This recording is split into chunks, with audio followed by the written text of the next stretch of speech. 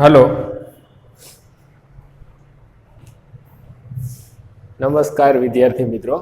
આપણે ધોરણ 10 વિષય વિજ્ઞાનમાં અગાઉના લેક્ચરની અંદર મેન્ડેલિફના આવર્ત કોષ્ટકની ઉપલબ્ધિઓ અને મેન્ડેલિફના આવર્ત કોષ્ટકની મર્યાદાઓ વિશેની ચર્ચા કરેલી હતી. હવે આજના લેક્ચરની અંદર આપણે તેનાથી આગળ આધુનિક આવર્ત કોષ્ટક વિશેની ચર્ચા કરવાના છીએ.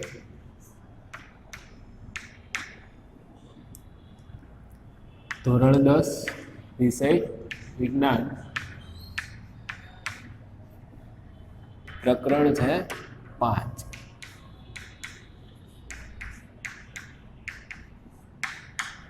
પ્રકરણ 5મું કે જેનું નામ છે તત્વોનું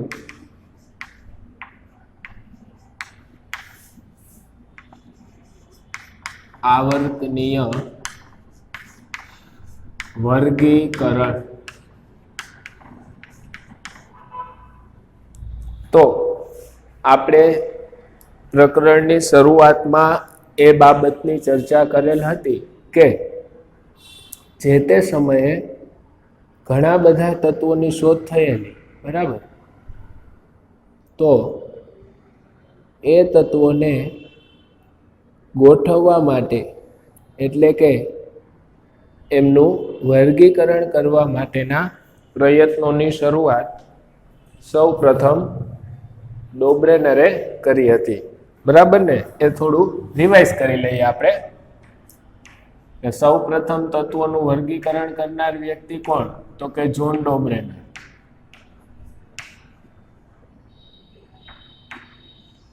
ડોબ્રેનરે તત્વોને કઈ રીતે ગોઠવ્યા?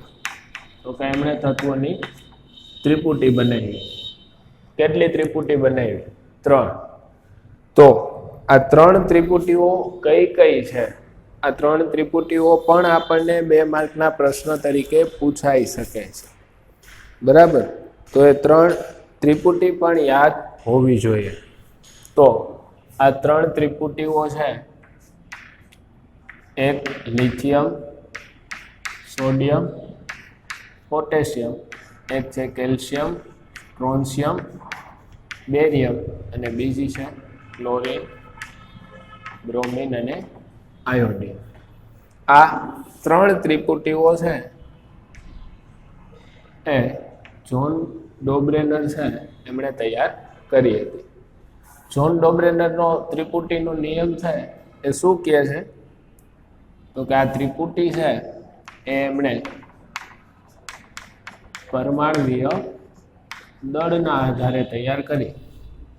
કે પ્રથમ જે તત્વ છે એનું પરમાણ્વીય દળ અને અંતિમ જે તત્વ છે એનું પરમાણ્વીય દળ, જો બંને તત્વના પરમાણ્વીય દળની સરેરાશ લેવામાં આવે તો મધ્યમાં રહેલા તત્વનું પરમાણ્વીય દળ પ્રાપ્ત થાય છે, બરાબર? આ પ્રકારનું ત્રિપુટીની રચના હતી. પણ ડોબ્રેનરની ત્રિપુટી છે એ મર્યાદિત સાબિત થઈ, એટલે કે મર્યાદાઓ વાળી જોવા મળી, એક્ઝેક્ટ હતી નહીં. તો કઈ મર્યાદાઓ જોવા મળી? તો કે ડોબ્રેનર છે એમના સમયમાં જાણીતા તત્વોમાંથી માત્ર 3 જ ત્રિપુટીઓ તૈયાર કરી શક્યા હતા. અન્ય તત્વોને કઈ રીતે ગોઠવવાના છે તેના વિશેની કોઈ માહિતી આપી શક્યા ન હતા, બરાબર? ડોબ્રેનર પછી પ્રયાસ કોણે કર્યો? તો ડોબ્રેનર પછી પ્રયાસ કર્યો વુલ્ફગેંગ ડોબ્રેનર, સોરી આપણે જોન ન્યુલેન્ડ.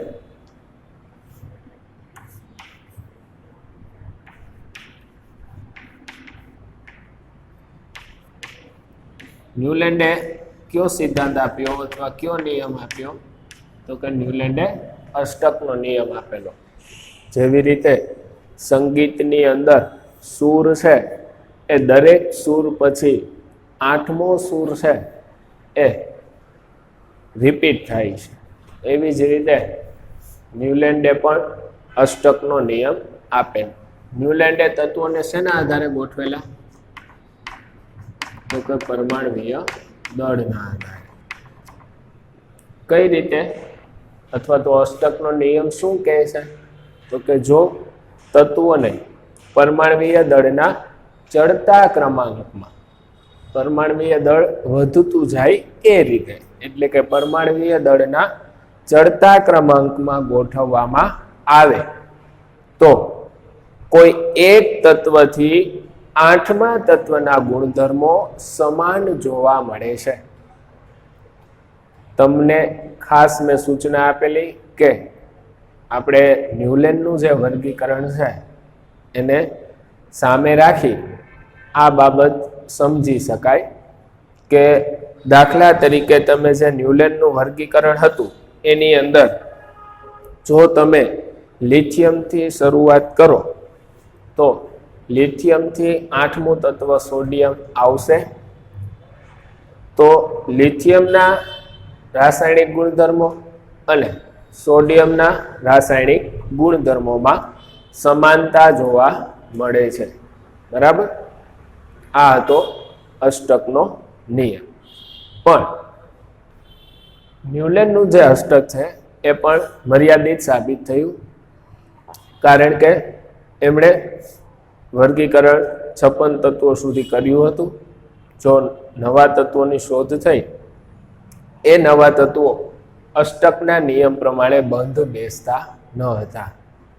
એટલે કે કોઈ તત્વથી ગણતરીની શરૂઆત કરે અને આઠમા સ્થાને તત્વ ગોઠવે તો રાસાયણિક ગુણધર્મો સમાન આવવા જોઈએ, પણ નવા તત્વોની શોધ થઈ તો એમને એ રીતે ગોઠવી શકાતા નહોતા.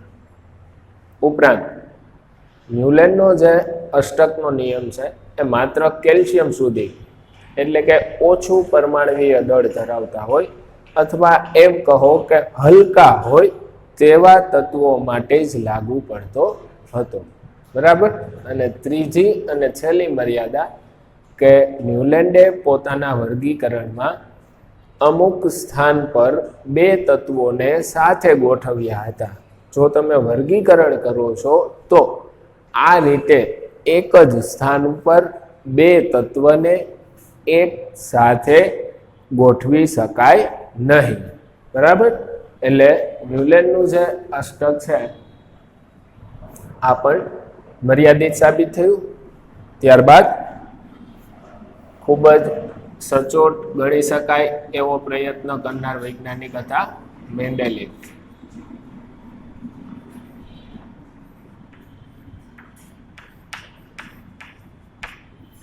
મેન્ડેલિફ છે એમણે તત્વોના વર્ગીકરણનો પ્રયત્ન કર્યો. શેના આધારે? તો કે પરમાણ્વીય દળ અને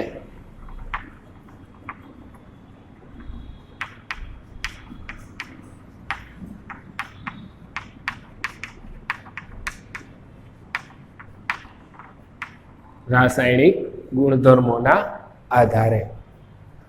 મેન્ડેલિફે અગાઉના બે વર્ગીકરણમાંથી થોડોક બોધપાઠ લીધો. આપણે અન્ય વ્યક્તિઓની ભૂલોમાંથી તો શીખતા જ નથી, બરાબર? પણ આપણી પોતાની ભૂલોમાંથી આપણે નથી શીખતા.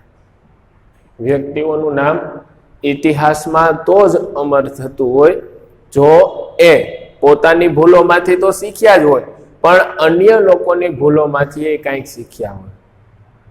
આપણે આપણું વાહન લઈને રસ્તા ઉપર જતા હોય, વરસાદના પાણી રસ્તા ઉપર ભરાયેલા હોય, કોઈ આગળના વાહન વાળો છે,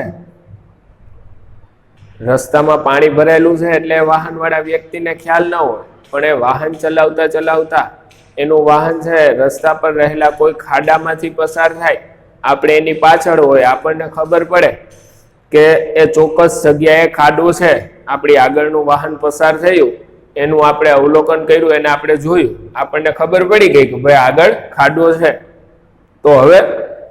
તો હવે પછી આપણી મનોભાવના એવી ન હોવી જોઈએ. આપણે એવો નિશ્ચય ન કરવાનો હોય કે એ ભાઈએ અનુભવ કર્યો ખાડાનો, આપણે અનુભવ કરતા. આપણો પ્રયત્ન એવો હોવો જોઈએ કે વાહનને એ જગ્યાથી થોડું દૂર ચલાવીએ તો એ ખાડાથી આપણે બચી શકીએ, બીજાના અનુભવે આપણે કાંઈક શીખીએ. બરાબર? તો અહીંયા મેન્ડેલીફે પોતાના કાર્યમાં આ જ વસ્તુ લાગુ પાડી કે ડોબ્રેનર અને ન્યુલેન્ડ બેયના વર્ગીકરણ મર્યાદિત સાબિત થયા, તો હવે આમાં શું એડ કરી શકાય જેથી આપણું વર્ગીકરણ છે મર્યાદિત સાબિત ન થાય. તો જે તે સમયે એક બાબત તો ખૂબ જ જાણીતી હતી, પરમાણવીય દળ, પણ સાથે શું ઉમેરવું? તત્વનું વર્ગીકરણ પરમાણવીય દળના આધારે બબે વખત થઈ ગયું હતું, બે નિષ્ફળ ગયા. તો મેન્ડેલીફે શું કર્યું તો કે પરમાણવીય દળ અને રાસાયણિક ગુણધર્મોના આધારે તત્વોનું વર્ગીકરણ કર્યું.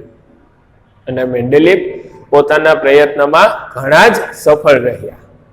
બીજાની ભૂલથી એ કાંઈક શીખ લીધી, એટલા માટે સફળ રહ્યા.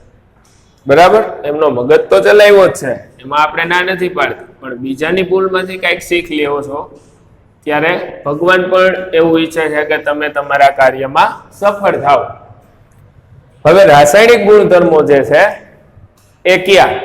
રાસાયણિક ગુણધર્મ તો અનેક હોય. તત્વની એસિડ સાથેની પ્રક્રિયા થઈ શકે, તત્વની બેઝ સાથેની પ્રક્રિયા થઈ શકે. તો આમાં પણ મેન્ડેલીફ થોડાક સિલેક્ટિવ બની ગયા કે બધા જ રાસાયણિક ગુણધર્મો આપણે ધ્યાનમાં નથી લેવા. એમણે એવું જોયું કે મોટા ભાગના તત્વો છે ને એની હાઇડ્રોજન સાથે અને ઓક્સિજન સાથેના સંયોજન જોવા મળે છે, એટલે કે હાઇડ્રોજન સાથે અને ઓક્સિજન સાથે પ્રક્રિયા આપે છે. એટલે એમણે રાસાયણિક ગુણધર્મ તરીકે શું પસંદ કરેલું તો કે તત્વની હાઇડ્રોજન સાથેની પ્રક્રિયા અને ઓક્સિજન સાથેની પ્રક્રિયા. ઘણી બધી વખત એમ પણ લખેલું હોઈ શકે કે એમણે તત્વના હાઇડ્રાઇડ અને ઓક્સાઇડનો અભ્યાસ કર્યો. તત્વની હાઇડ્રોજન સાથે પ્રક્રિયા થવાથી તત્વના હાઇડ્રાઇડ બને અને તત્વની ઓક્સિજન સાથે પ્રક્રિયા થવાથી બને તત્વના ઓક્સાઇડ. ચાલો આગળ વધીએ. મેન્ડેલીફે તત્વોનું જે વર્ગીકરણ કરેલું એના માટે મેન્ડેલીફે એક નિયમ આપેલો જેને કહેવાય છે મેન્ડેલીફનો આવર્ત નિયમ. તો મેન્ડેલીફનો આવર્ત નિયમ શું હતો? એ નિયમ ખાસ યાદ રાખવાનો છે. તત્વોના ગુણધર્મો તેમના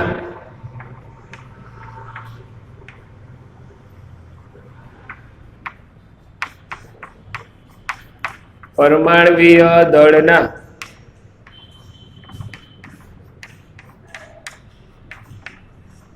આવર્તનીય વિધેય છે. આને મેં તમને સમજાવેલું વાક્ય કે તત્વના જે પરમાણવીય ગુણધર્મો છે એ ગુણધર્મો પરમાણવીય દળ અનુસાર બદલાતા હોય છે. તત્વના ગુણધર્મો છે એ જે રીતે પરમાણવીય દળ બદલાય એ રીતે બદલાતા જોવા મળતા હોય છે. આ છે મેન્ડેલીફનો આવર્ત નિયમ. પણ મેન્ડેલીફના વર્ગીકરણની અંદર પણ અમુક મર્યાદાઓ જોવા મળી હતી. તો આ મર્યાદાઓ કઈ છે? એ મર્યાદાઓ મેં તમને કીધેલું કે તમારે ખાસ યાદ રાખવાની હતી. બરાબર? કદાચ ન યાદ રાખી હોય તો ફરીથી એક વખત આપણે અહીંયા રિપીટ કરીએ. એ પહેલા મેન્ડેલીફે તત્વોને કઈ રીતે ગોઠવેલા? મેન્ડેલીફે તેમના સમયમાં જાણીતા 63 તત્વોનું વર્ગીકરણ કર્યું હતું. ન્યુલેન્ડ વખતે કેટલા તત્વોનું વર્ગીકરણ થયેલું એ પણ યાદ રાખીશું કે ન્યુલેન્ડ છે એમણે તેમના સમયમાં જાણીતા 56 તત્વોનું વર્ગીકરણ કરેલું અને ત્યારબાદ આવેલા મેન્ડેલીફે તેમના સમયમાં જાણીતા 63 એટલે કે 63 તત્વોના વર્ગીકરણ માટેનો પ્રયત્ન કરે. બરાબર? તો આ તત્વો ક્યાં હતા? તો એના વિશેનું 63 તત્વોનું આપણને મેન્ડેલીફનું કોષ્ટક આપેલું જ છે. એ કોષ્ટક જો આપણે જોઈએ તો વધારે ખ્યાલ આવશે. પાઠ્યપુસ્તકમાં કોષ્ટક વ્યવસ્થિત રીતે આપેલ છે, જેની અંદર તત્વોના હાઇડ્રાઇડ કયા પ્રકારના છે, ઓક્સાઇડ કયા પ્રકારના છે, એના સૂત્ર પણ આપેલા છે. એ વર્ગીકરણમાં 8 ઊભી લાઈનો હતી જે સમૂહ છે, 6 આડી લાઈન હતી જે આવર્ત છે. બરાબર. આ કઈ રીતે તત્વોને એમને ગોઠવેલા, તો કે એમણે 63 તત્વોને ગોઠવવા માટે 63 કાર્ડ લઈ અને પ્રત્યેક કાર્ડ ઉપર પ્રત્યેક તત્વ વિશેની માહિતી લખી. એ માહિતી શું હતી, તો કે તત્વની સંજ્ઞા, એનું પરમાણ્વીય દળ, તત્વની ઓક્સિજન સાથેની પ્રક્રિયાથી બને એ સંયોજન એટલે કે તત્વનો ઓક્સાઇડ અને તત્વનો હાઇડ્રાઇડ.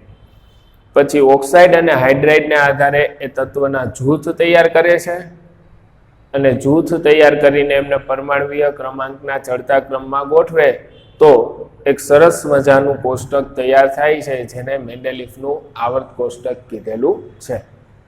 હવે એ આવર્ત કોષ્ટક ગોઠવાઈ ગયું. ઘણે અંશે આવર્ત કોષ્ટક યોગ્ય હતું. બરાબર.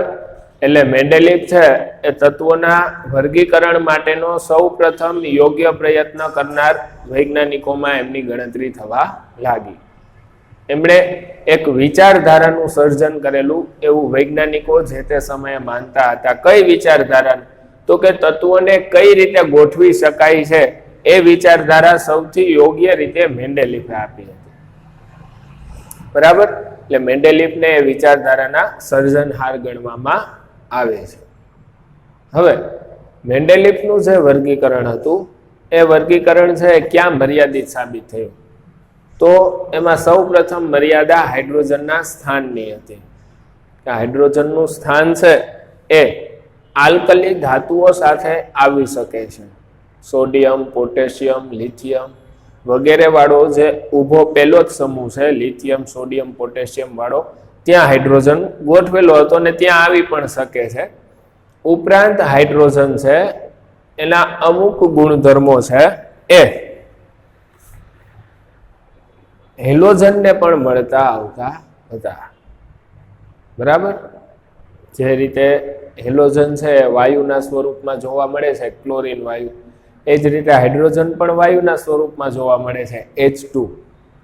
એટલે હાઇડ્રોજનનું ચોક્કસ સ્થાન કયું છે એના વિશે આવર્ત કોષ્ટક તૈયાર થઈ ગયા બાદ મેન્ડેલિફ કોઈ ચોક્કસ જાણકારી આપી શક્યા ન હતા. પ્રથમ મર્યાદા. બીજી મર્યાદા કે પરમાણ્વીય દળ છે એમાં અનિયમિત રૂપથી વધારો થતો હતો. એટલે કોઈ બે તત્વની વચ્ચે પરમાણ્વીય દળનો તફાવત 4 હોય તો એના પછીના બે તત્વો વચ્ચે પરમાણ્વીય દળનો તફાવત 2 જ હોય. તો એક વખત 4 નો વધારો થયો, બીજી વખત 2 નો જ વધારો થયો. એટલે કે પરમાણ્વીય દળ છે તત્વોના એ અનિયમિત રૂપથી વધતા જતા હતા. બરાબર.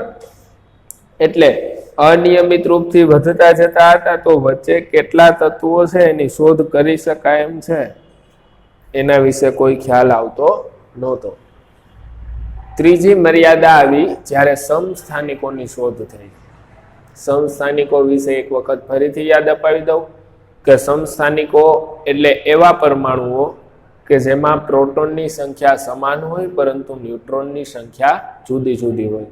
ઘણી બધી વખત તમને એવું પણ લખેલું જોવા મળી શકે કે જેમાં પ્રોટોનની સંખ્યા સમાન હોય પણ પરમાણ્વીય દળ જુદા જુદા હોય. પરમાણ્વીય દળ છે એ પરમાણુમાં રહેલા પ્રોટોન અને ન્યુટ્રોનની સંખ્યાનો સરવાળો છે. જો ન્યુટ્રોનની સંખ્યા બદલાય તો ચોક્કસપણે પરમાણ્વીય દળ પણ બદલાઈ જાય. બરાબર. એટલે એ બંને એક જ થયું કે ન્યુટ્રોનની સંખ્યા જુદી જુદી લખો કે પરમાણ્વીય દળ જુદું જુદું લખો પણ પ્રોટોનની સંખ્યા સમાન હોય. તો સમસ્થાનિકોની શોધ થઈ એટલે એ સમસ્થાનિકોને ક્યાં ગોઠવવા, કારણ કે એમનું પરમાણ્વીય દળ તો અલગ છે. સમસ્થાનિકો માટે મેન્ડેલિફના વર્ગીકરણમાં કોઈ સ્થાન હતું નહીં. એટલે સમસ્થાનિકોને ગોઠવવાની સમસ્યા મર્યાદાના સ્વરૂપે જોવા મળી. ત્યારબાદ મેન્ડેલિફનું આવર્ત કોષ્ટક છે એની અમુક અગત્યતા પણ હતી. શું અગત્યતા હતી? તો કે અમુક જગ્યાએ વિસંગતતાઓ જોવા મળતી હતી. દાખલા તરીકે કોબાલ્ટ છે અને નિકલની પહેલા ગોઠવવું પડ્યું હતું પરમાણવીય દળ વધારે હોવા છતાં પણ એ મેન્ડેલિફે એ રીતે ગોઠવ્યું હતું. એના આવર્ત કોષ્ટકની એક ઉપલબ્ધિ થઈ. બીજી ઉપલબ્ધિ કે અમુક સ્થાન એમને ખાલી છોડવા પડ્યા હતા વર્ગીકરણ વખતે. તો કોઈ પણ જાતની બીક એટલે કે કોઈ પણ જાતનો ડર રાખ્યા વગર મેન્ડેલિફે જે તે તત્વોના સ્થાન ખાલી છોડ્યા. એટલું જ નહીં, એમણે ભવિષ્યમાં કોઈ નવા તત્વની શોધ થશે એ પ્રકારની આગાહી પણ કરી. સ્કેન્ડિયમ, જર્મેનિયમ અને ગેલિયમ આ 3 તત્વો એવા હતા કે જે મેન્ડેલિફની આગાહી પ્રમાણે સાચા પડ્યા અને એમની શોધ પણ થઈ. જેમને મેન્ડેલિફે એકા બોરોન, એકા એલ્યુમિનિયમ અને એકા સિલિકોન એ રીતે આગળ એકા શબ્દ લગાડી જૂનું કોઈ તત્વનું નામ લઈ લીધું, બરાબર છે, ખાનું ખાલી હતું એની ઉપરના તત્વનું નામ લઈ લીધું અને આગળ એકા શબ્દ લગાડી દીધો અને તત્વને ટેમ્પરરી એટલે કે ટૂંક સમય માટે એક નામ પણ આપી દીધું અને એમના ગુણધર્મો વિશે પણ માહિતી મળી ગઈ. જેથી વૈજ્ઞાનિકો છે એમણે આ નવા તત્વોની શોધ કરવાનો રસ્તો કે નવા તત્વોની શોધ થઈ શકે એમ છે એ બાબત વિશેની પણ જાણકારી પ્રાપ્ત થઈ. તો આ હતી મેન્ડેલિફના આવર્ત કોષ્ટકની ઉપલબ્ધિ એટલે કે અગત્યતા. બરાબર. હવે મેન્ડેલિફના આવર્ત કોષ્ટકમાં પણ આપણે જોયું કે મર્યાદા છે, બરાબર ને? તો એ મર્યાદાને દૂર કરવા માટે થઈ અને ધીમે ધીમે સમય પસાર થતો હતો, વૈજ્ઞાનિકો વિચારતા જતા હતા કે આ મર્યાદાને કઈ રીતે દૂર કરવી. તો આ મર્યાદા કઈ રીતે દૂર થાય છે એ પહેલા આપણે શીખીએ, પછી નવું વર્ગીકરણ શીખીશું. સમય જતા એક ખ્યાલ સ્પષ્ટ થયો. પરમાણવીય દળ વિશે તો માહિતી હતી જ, પણ એક નવો ખ્યાલ સ્પષ્ટ થયો. આ નવો ખ્યાલ એટલે પરમાણવીય ક્રમાંક.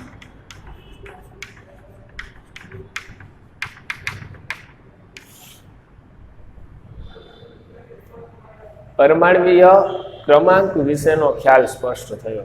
શું છે આ પરમાણવીય ક્રમાંક? તો કે પરમાણવીય ક્રમાંક છે એ પરમાણુમાં રહેલા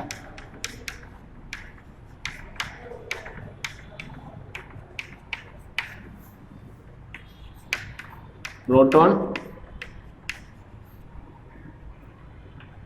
અથવા તો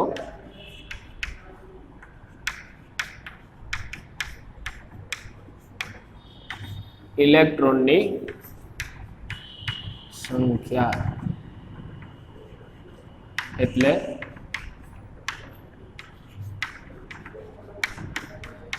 પરમાણવીય ક્રમાંક.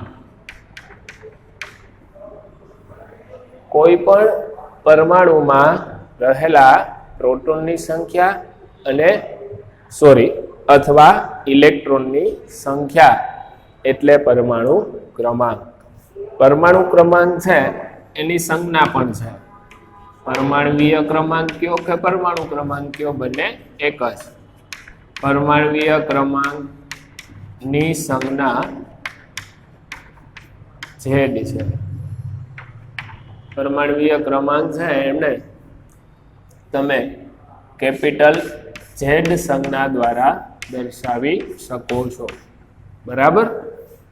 આગળની વાત કરીએ તો એક બાબત ખાસ મહત્વની કે પરમાણવીય ક્રમાંક નિશ્ચિત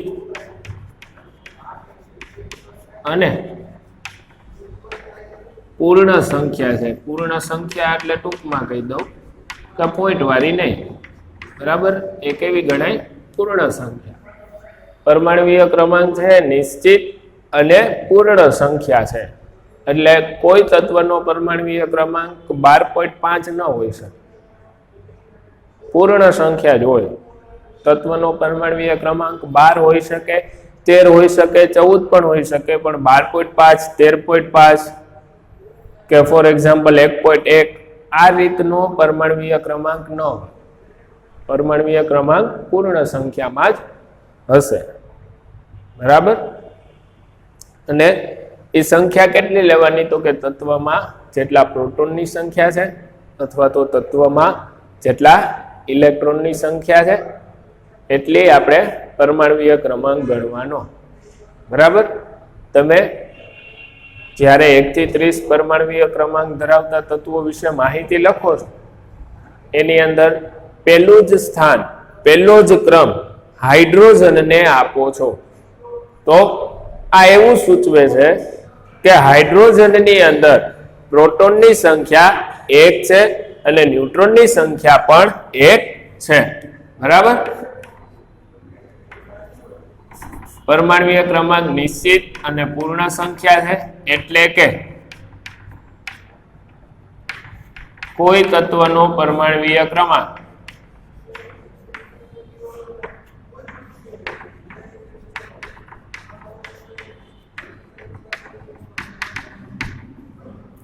એક 1.5, 2.3 કે 12.1 જેવી સંખ્યા ન હોઈ શકે.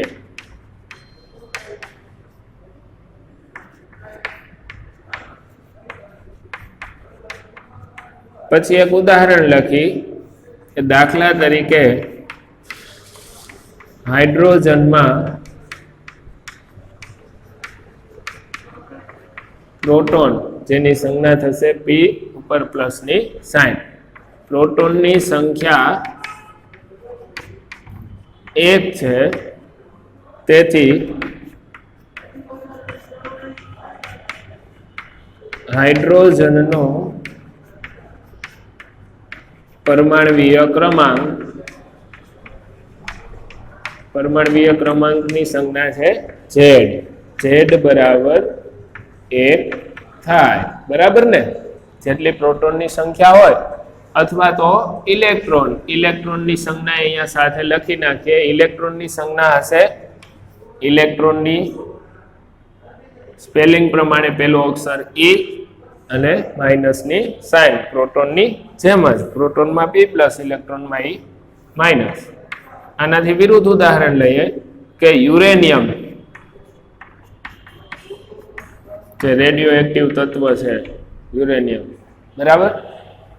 પરમાણ્વીય ભઠ્ઠીની અંદર આ યુરેનિયમનો ઉપયોગ કરવામાં આવે છે. પરમાણ્વીય ભઠ્ઠીઓ છે એમાં બળતણ તરીકે યુરેનિયમનો ઉપયોગ થાય. જેમ આપણે થર્મલ પાવર સ્ટેશન વિશે શીખ્યા હતા કે એમાં કોલસો છે એના દ્વારા પાણીની વરાળ ઉત્પન્ન કરવામાં આવે અને એ પાણીની વરાળ છે એની મદદથી ટર્બાઇનની મદદથી જનરેટર છે એને ભ્રમણ આપવામાં આવે અને વીજળી ઉત્પન્ન કરવામાં આવે. તો જ્યાં કોલસો હતો એની બદલે યુરેનિયમ નામનું બળતણ આવી જાય.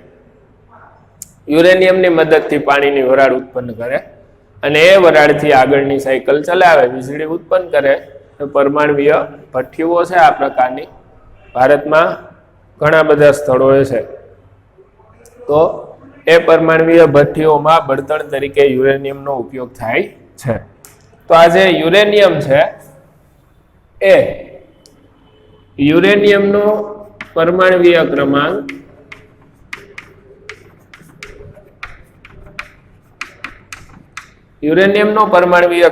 છે Z = 92. યુરેનિયમનો પરમાણ્વીય ક્રમાંક 92 છે. તો આનો શું મતલબ થાય? તો કે તેથી યુરેનિયમમાં પ્રોટોન અથવા તો ઇલેક્ટ્રોનની સંખ્યા કેટલી હશે? તો કે 92 જ હશે, 92 હશે. બરાબર.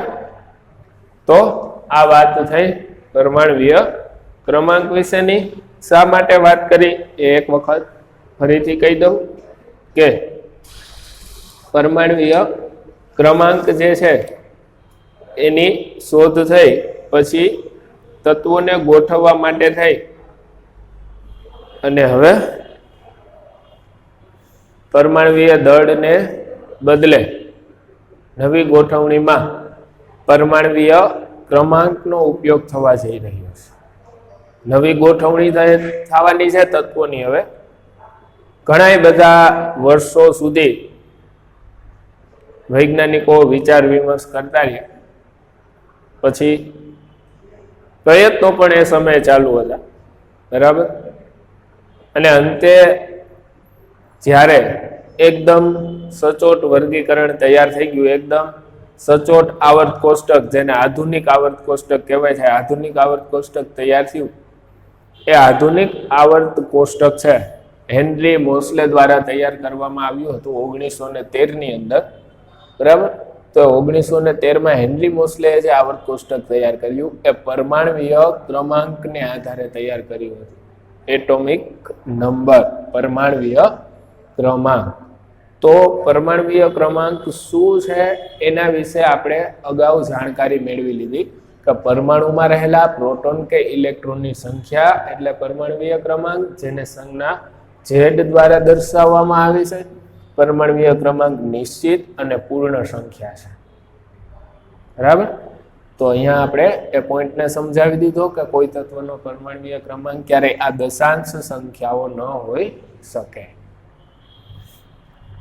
દાખલા તરીકે હાઇડ્રોજનની અંદર પ્રોટોન અને ઇલેક્ટ્રોનની સંખ્યા 1 છે, તો તમે હાઇડ્રોજન છે એનો પરમાણ્વીય ક્રમાંક કેટલો આપો છો? 1, બરાબર. આવી જ રીતે તમે કાર્બન છે એનો પરમાણ્વીય ક્રમાંક 6 આપો છો. એનો મતલબ કે કાર્બનની અંદર પ્રોટોનની સંખ્યા 6 છે ને ઇલેક્ટ્રોનની પણ સંખ્યા 6 છે.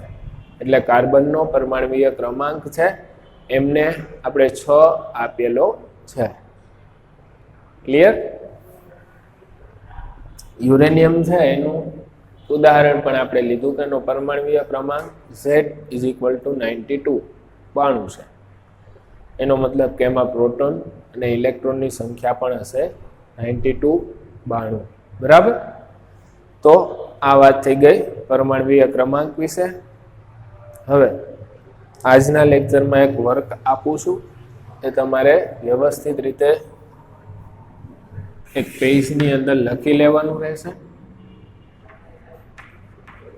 ફરી પાછું એ વર્ક રિપીટ થતું હોય તો રિપીટ લખી લેવું, જેથી આપણને થોડો ખ્યાલ આવે શું શીખીએ છીએ, શું શીખવાનું છે નેક્સ્ટ લેક્ચરની અંદર, બરાબર. પહેલાં પરમાણ્વીય ક્રમાંક આ રીતે લખી નાખવા 1 થી લઈને 30 સુધી. પછી બાજુમાં તત્વનું નામ લખવું, તત્વનું નામ લખાઈ જાય પછી એ તત્વની સંજ્ઞા લખવી, સંજ્ઞા લખાઈ જાય પછી લખવું અહીંયા પરમાણ્વીય ક્રમાંક છે, બરાબર. એની સાથે સાથે જ અહીંયા સ્લેશ કરી અને આ રીતે લખી નાખજો એટલે તમને ખ્યાલ આવે.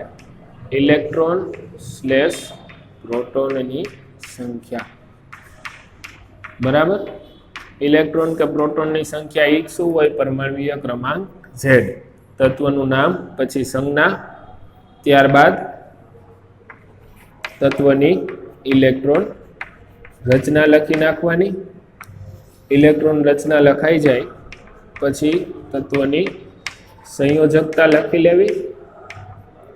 સંયોજકતા લખાઈ જાય પછી લખવું કે આ તત્વ ધાતુ છે, અધાતુ છે કે અર્ધ ધાતુ છે, બરાબર. તો આ રીતે 1, 2, 3, 4, 5 ને 6 કોલમ અને 1 થી 30 સુધી. ઇલેક્ટ્રોન રચના છે એ તમે માત્ર 20 પરમાણુ ક્રમાંક સુધી લખશો, બરાબર. પરમાણુ ક્રમાંક કેટલા સુધી? 20 સુધી, તો પણ ચાલશે. 20 થી આગળ નહીં લખો. ઇલેક્ટ્રોન રચના એક જ, સંયોજકતા પણ 20 થી આગળ નહીં લખતા, એ પણ ચાલશે. બાકી બધું જ લખવું, બરાબર. ઘણા બધા બાનાઈ તમારી પાસે તૈયાર હશે કે આ ક્યાંથી લખવાનું, શું છે. આ મેં ધોરણ 9 ની અંદર લખાવેલું છે. 9મા ધોરણની બુક ન હોય તો તમારા ક્લાસમાં ઘણા બધા વિદ્યાર્થીઓ છે એ થોડા એડવાન્સ લેવલ ઉપર કામ કરે છે, એમની પાસે બુક હશે, ફોટો મગાવીને તૈયાર કરી લેવું. કદાચ એમની પાસે બુક નહીં હોય તો ઘણા બધા વિદ્યાર્થી મિત્રો છે એ ગૂગલનો ઉપયોગ કરીને પણ આ કોષ્ટક લખી શકે એટલું કેલિબર છે. તો ખાસ દરેકે લખવાનું છે. જેણે નથી લખ્યું એ લોકોએ અન્ય પાસેથી એમણે જે લખ્યું હોય એ લખાવેલું મગાવી લેવું અને ખાસ લખી નાખવું. તો આગળનું જે આધુનિક આવર્ત કોષ્ટક છે એ શીખવામાં તમને ઘણી જ સરળતા રહેશે. બરાબર? ચાલો, નેક્સ્ટ લેક્ચરની અંદર આપણે જ્યારે મળીશું ત્યારે આધુનિક આવર્ત કોષ્ટક છે એના વિશેનો અભ્યાસ કરીશું. નેક્સ્ટ લેક્ચરની અંદર આધુનિક આવર્ત કોષ્ટક છે એ પાઠ્યપુસ્તકમાં તમારે સાથે રાખવું પડશે, કારણ કે આધુનિક આવર્ત કોષ્ટકની અંદર તમારે કોઈ બાબતો એવી નથી કે જે ગોખવાની હોય. બરાબર? એમાંથી અમુક બાબતો યાદ રાખવાની છે, બાકી આખું આધુનિક આવર્ત કોષ્ટક યાદ રાખવાની કોઈ હાલમાં આવશ્યકતા નથી. બરાબર? ચાલો, નેક્સ્ટ લેક્ચરમાં મળીશું. ત્યાં સુધીમાં આપણું પરમાણ્વીય ક્રમાંક વાળું વર્ક છે કમ્પ્લીટ કરી રાખશું.